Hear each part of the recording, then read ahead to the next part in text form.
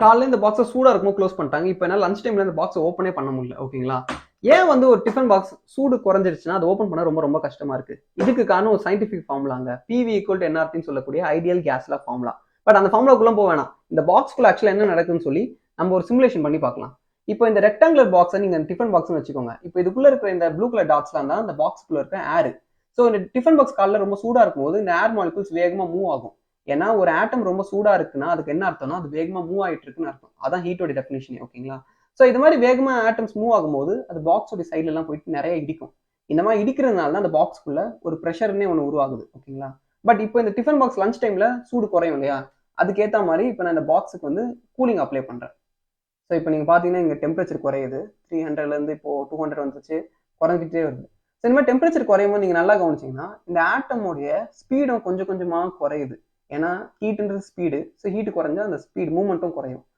And அப்படி குறையும் போது நீங்க பாத்தீங்கன்னா ப்ரெஷரும் குறைஞ்சிட்டே வருது. ஏன்னா இப்போ இந்த ஸ்பீடு குறைஞ்சிருச்சுன்னா இது போயிட்டு அந்த பாக்ஸுடைய வால்ஸ் இடிக்கிற விகிதமும் குறையும்.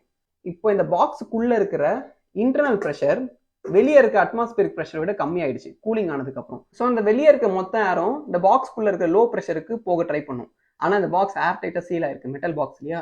ஸோ அதனால அது உள்ள போக முடியாம அந்த மொத்த ப்ரெஷரும் லிட் மேல ஆக்ட் ஆகும். அதுதான் இந்த பாக்ஸை திறக்க விடாம தடுக்குது. அண்ட் இந்த ஃபார்முலால இருக்க என்னன்னு சொல்லி நீங்க கமெண்ட் பண்ணுங்க.